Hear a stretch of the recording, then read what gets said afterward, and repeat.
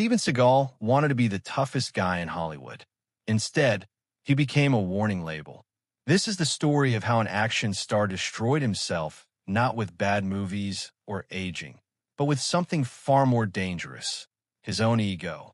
Most celebrities fade because the world moves on.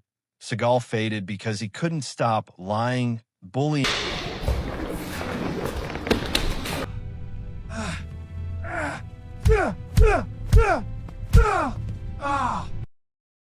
and pretending to be something he never was. And the wild part? He's still doing it today.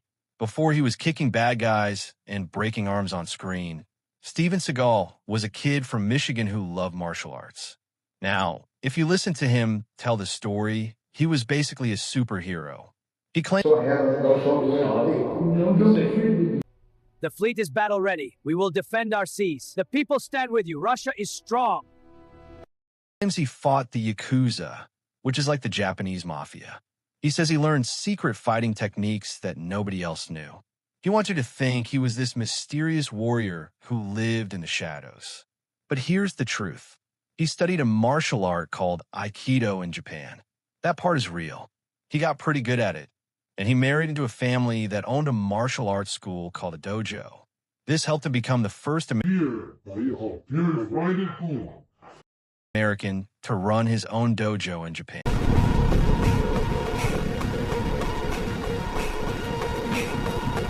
Really? Wow. What goes around comes around, and the end. That's actually impressive. But it wasn't enough for Steven. He needed people to think he was more than just a good martial arts teacher. He needed them to think he was dangerous, mysterious, and untouchable. So he started making up stories. And because he was in Japan and nobody in America could easily check if a story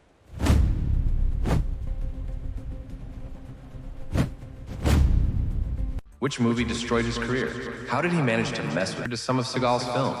And how did Steven get cut out of his stories were true? He got away with it. This was before the internet. Remember, you couldn't just Google someone to see if they were lying. When Seagal came back to America, he started teaching Aikido to rich and powerful people in Los Angeles. One of these people was Michael Ovitz, who was basically one of the most powerful men in Hollywood. Ovitz could make someone famous just by snapping his fingers. There's a story that Ovitz made a bet with his friends that he could turn anyone into a movie star, even someone with zero acting experience. He picked Steven Seagal as his project. Now, Seagal wasn't like other action stars. Arnold Schwarzenegger had huge muscles and a big personality. Harrison Ford was cool and charming. But Seagal was different. He was quiet, serious, and had this dark, dangerous energy. Ovitz saw something in that. He convinced Warner Brothers to give Seagal a movie deal. Most actors spend years trying to get their first big break. Seagal got handed one on a silver platter because he knew the right person. His first movie came out in 1988, and it was called Above the Law. When people watched it, they saw something they'd never seen before. Most action heroes did flying kicks and huge punches. You think you can get away with that? I didn't do anything! Liar! You're finished! Please stop! They'd fight for 5 minutes, getting beat up before finally winning. But Seagal? He barely moved. Someone would try to punch him, and he just grabbed their wrist and snap it. It looked brutal. It looked real. And it looked easy, like he wasn't even trying. The character he played was suspiciously similar to the fake stories Seagal told about himself. The guy was an ex-CIA agent who knew martial arts and was this misunderstood hero. Sound familiar? The movie didn't cost much money to make, but it earned almost $20 million. People loved it. Critics were confused because Seagal couldn't really act. He just stood there with the same expression on his face. But action fans didn't care. They thought he was the coolest thing they'd ever seen. You have to understand why this worked. It was the late 80s and early 90s. Action movies were huge. But most action heroes got beat up, they sweated, they struggled. Seagal never did any of that. He never even messed up his hair.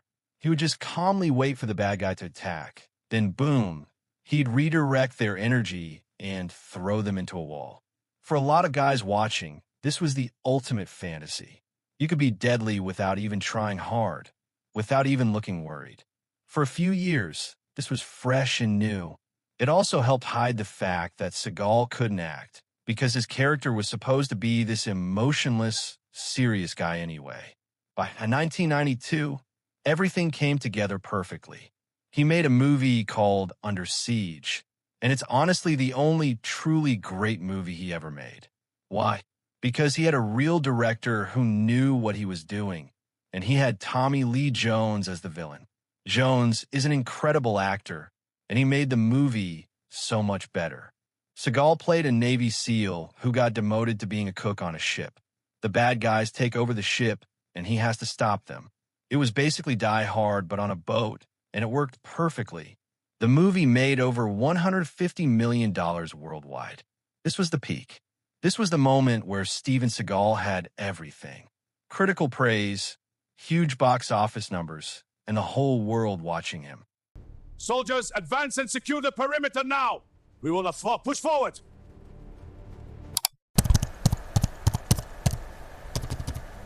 What did he do with all that success? He let it go to his head in the worst way possible. Success didn't make Seagal humble or grateful. It made him mean, really mean. Stories started coming out from people who worked on his movies, and they weren't about normal celebrity behavior. They weren't about him demanding fancy food or a nicer trailer. They were about him hurting people on purpose. Stunt people, who were the folks that do the dangerous action scenes, started reporting that Seagal would hit them for real during practice. Not by accident, but on purpose. He wanted to see if they were paying attention. He would kick guys in sensitive areas just to laugh at them. He even broke people's wrists. His excuse was that he wanted everything to look real.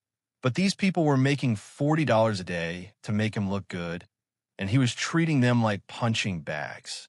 He created an atmosphere where everyone was scared of him because he thought being the star meant he could do whatever he wanted. But then came the moment that changed everything. The moment that proved Steven Seagal wasn't as tough as he pretended to be. There was a legendary martial artist named Gene LeBell.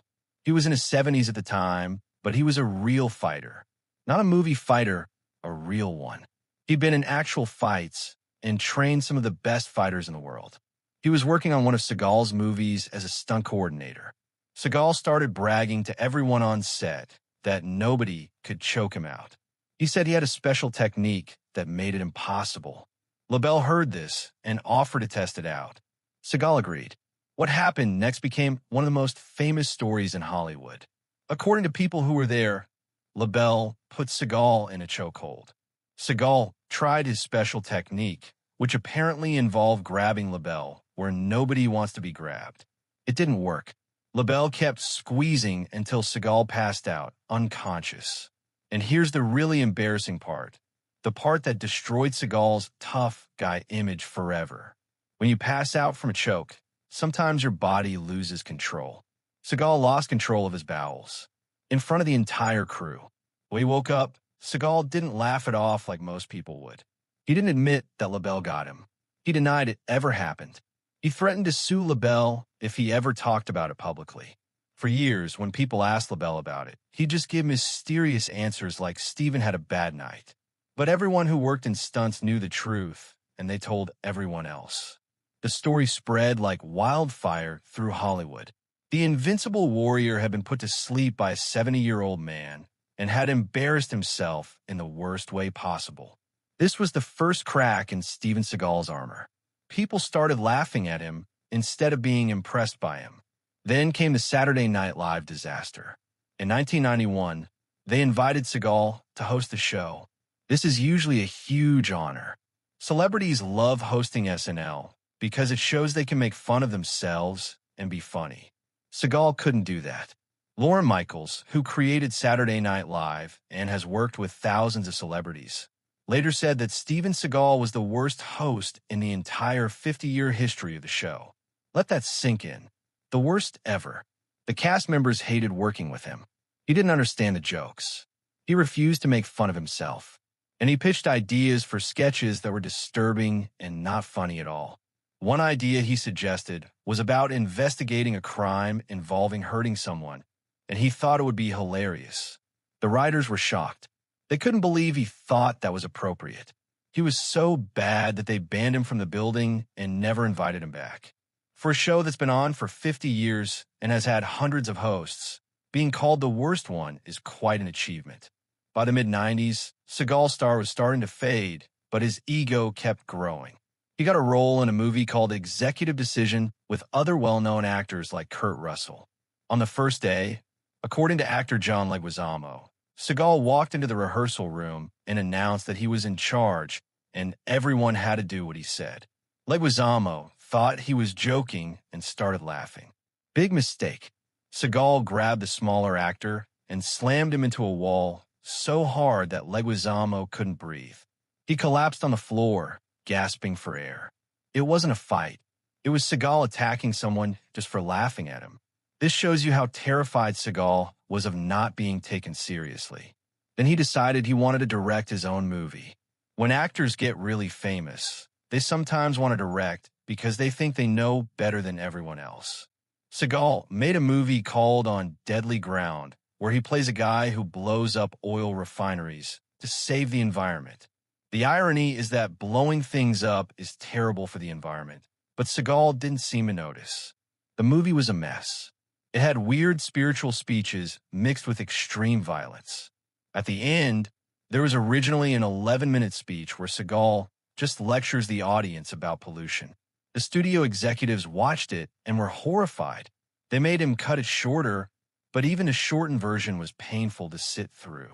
Critics destroyed the movie, and audiences finally realized that Seagal wasn't just a bad actor.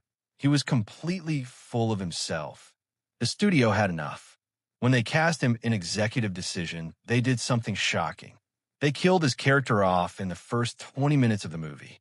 Audiences bought tickets expecting Seagal to be the hero who saves the plane. Instead, his character got sucked out of the plane and died. People were stunned. Reports say that Seagal locked himself in his trailer and refused to come out. He demanded they change the script so his character survived. Eventually, he gave up, but that scene where he died symbolized the death of his career as an A-list movie star. He was expendable, just like everyone else. Things got even stranger when real-life criminals got involved. For years, Seagal had hinted that he had connections to dangerous people, tried to make himself seem edgier. But then he became the target of real mobsters. He had a falling out with his business partner, a guy named Julius Nasso. Nasso apparently had connections to the Gambino crime family, which is a real mafia organization. Nasso demanded that Seagal pay him millions of dollars. When Seagal refused, he got threatened. In a twist that would be funny if it wasn't so serious, the tough guy action star had to testify in court against the mob. He admitted he was scared and had been threatened. The guy who played invincible warriors on screen had to call the FBI when real gangsters showed up. By the late 90s, Seagal's body started changing. The lean martial artist from his early movies was gone. He gained a lot of weight, which created a big problem for his fight scenes. He couldn't move quickly anymore. Instead of working out or eating healthier, he started wearing long black coats to hide his body. The people editing his movies had to get creative. They'd show close-ups of his hands doing wrist locks, but his skinny stunt double would do all the actual movement. His characters went from being active fighters to guys who just stood in one place and slapped people around. The illusion of him being athletic completely disappeared. He looked tired, heavy, and bored. Here's something funny that became a joke in Hollywood. Steven Seagal doesn't run. If you watch his movies from the 2000s onward, anytime you see his character running, it's filmed from behind. Why? Because it's a stunt double. There are hilarious scenes where you see a thin person sprint upstairs, and then it cuts to a heavy, out-of-breath Seagal at the top. He even started using doubles for walking upstairs or standing in wide shots. He'd only film his scenes sitting down. It was pure laziness. He wanted the money and the fame, but refused to do any of the work. After his theatrical movies flopped, Hollywood stopped calling. But Seagal didn't retire. Instead, he started making cheap movies that went straight to DVD, never playing in actual theaters. He'd make 3 or 4 movies a year with titles like Out for a Kill, Driven to Kill, and Kill Switch. They were all filmed in Eastern Europe because it was cheaper. Sometimes other actors would dub over his voice because he mumbled his lines or refused to come back to re-record them. These weren't real movies. They were just putting his name on a box to trick people into buying them at Walmart. He clearly didn't care about the quality, and neither did the people making them. In 2009, desperate to stay relevant, he launched a reality TV show called Steven Seagal. The premise was that he'd been a reserve deputy sheriff in Louisiana for 20 years. Another claim that people questioned. The show was a disaster. In one episode, he drove an armored SWAT vehicle into someone's house to bust an illegal fighting ring. They crashed through the wall and terrified everyone inside. The person they arrested said that Seagal's raid killed his puppy. It was excessive, dangerous, and all done for the cameras. He wasn't enforcing the law. He was playing soldier in a residential neighborhood to feed his ego. When mixed martial arts became popular, Seagal wanted credit for that too. He attached himself to a Brazilian fighter named Anderson Silva. In 2011, Silva knocked out another fighter with a front kick to the face. It was spectacular. Afterward, Seagal appeared in interviews claiming he taught Silva that kick. He called it a secret technique he invented. The entire MMA world laughed because a front kick is one of the most basic moves in martial arts. It's like someone claiming they invented walking. Silva played along at first to be polite, but later clarified that Seagal had just given him a few tips. Seagal tried the same thing with other fighters, taking credit for their success like a kid on the playground, claiming he made the sun come up. While the internet made fun of his terrible movies and fake stories, something much darker was happening. For decades, women had been quietly sharing stories about Seagal. Actress Jenny McCarthy publicly said that he asked her to undress during an audition, even though the role didn't require any nudity. When she refused, he told her to leave. Another actress tweeted that during an audition, he unzipped his pants to discuss what he called off-screen chemistry. These weren't isolated incidents. Multiple women came forward with similar stories of unwanted advances and inappropriate behavior. When they said no, they faced retaliation. He treated auditions like his personal hunting ground, protected by his power in the industry. By 2016, Seagal was basically unwelcome in Hollywood. Lawsuits were piling up, and nobody wanted to work with him. So he looked in a different direction, Russia. He started becoming friendly with Vladimir Putin, the Russian president. They bonded over martial arts. It was beneficial for both of them. Putin got a famous American face to make his government look good, and Seagal got the admiration he couldn't find in America anymore. Russia granted him citizenship in 2016. He didn't just visit occasionally. He joined a political party that supports Putin. While other retired action stars were relaxing in California, Seagal was standing in Red Square, saluting a foreign government. When Russia invaded Ukraine in 2022, Seagal didn't stay neutral. He picked a side, and it wasn't America's side. He visited occupied Ukrainian territories and stood in the ruins of places where people had been killed. He repeated Russian government talking points, blaming the victims. It was shocking to see someone who had played American patriots in movies now supporting actions against the country America was trying to help. By 2024, he released a documentary that was pure propaganda. He traveled through occupied Ukrainian cities, shook hands with soldiers, and said he would die for Putin. He had completely transformed from action hero to mouthpiece for a foreign government. Now, in February 2026, Steven Seagal is 73 years old. He lives primarily in Russia, showing up at government events and sitting with biker gangs that support Putin. He recently announced plans to make 3 new Russian-American action movies, which is delusional because no American audience wants to watch him anymore. He doesn't have a home in Hollywood. The studios won't hire him. Insurance companies won't cover him because he's too much of a liability. His fans have moved on to other stars. He's a man without a country, living in a bubble of his own creation. Looking back at his career, it's hard to separate reality from fantasy because he built his entire life on lies. He lied about his background, his fight record, his police work, and just about everything else. He built a castle on sand, and when the tide came in, it all washed away. Other action stars from his time, like Arnold Schwarzenegger or Sylvester Stallone, grew and changed.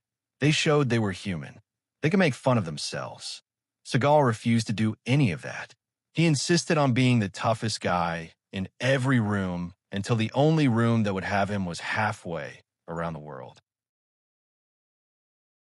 Steven Seagal wanted to be remembered as a warrior, a master martial artist, and a hero. Instead, he'll be remembered as a cautionary tale about what happens when your ego becomes more important than reality. He had the world in his hands in 1992, and he crushed it himself. His story proves that talent might get you in the door, but character is what keeps you there.